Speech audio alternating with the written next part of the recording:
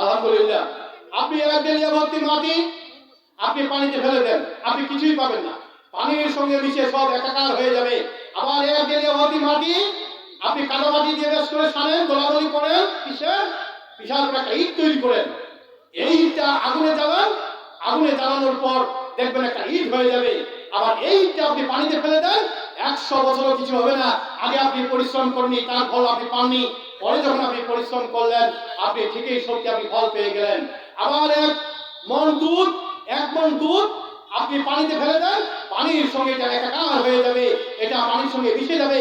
আবার 1 মণ দুধ আপনি আগুনে জ্বালান, আগুনে জ্বালাতে জ্বালাতে দেখবেন উপরে একটা স্বর হয়ে যাবে। এবার এই স্বরটা আপনি পানিতে ফেলে দেন, ভাসতেই থাকবে। আগে আপনি পরিশ্রম করেনি, তার ফল আপনি পাননি, পরে যখন আপনি পরিশ্রম করলেন ঠিকই আপনি ফল পেয়ে গেলেন।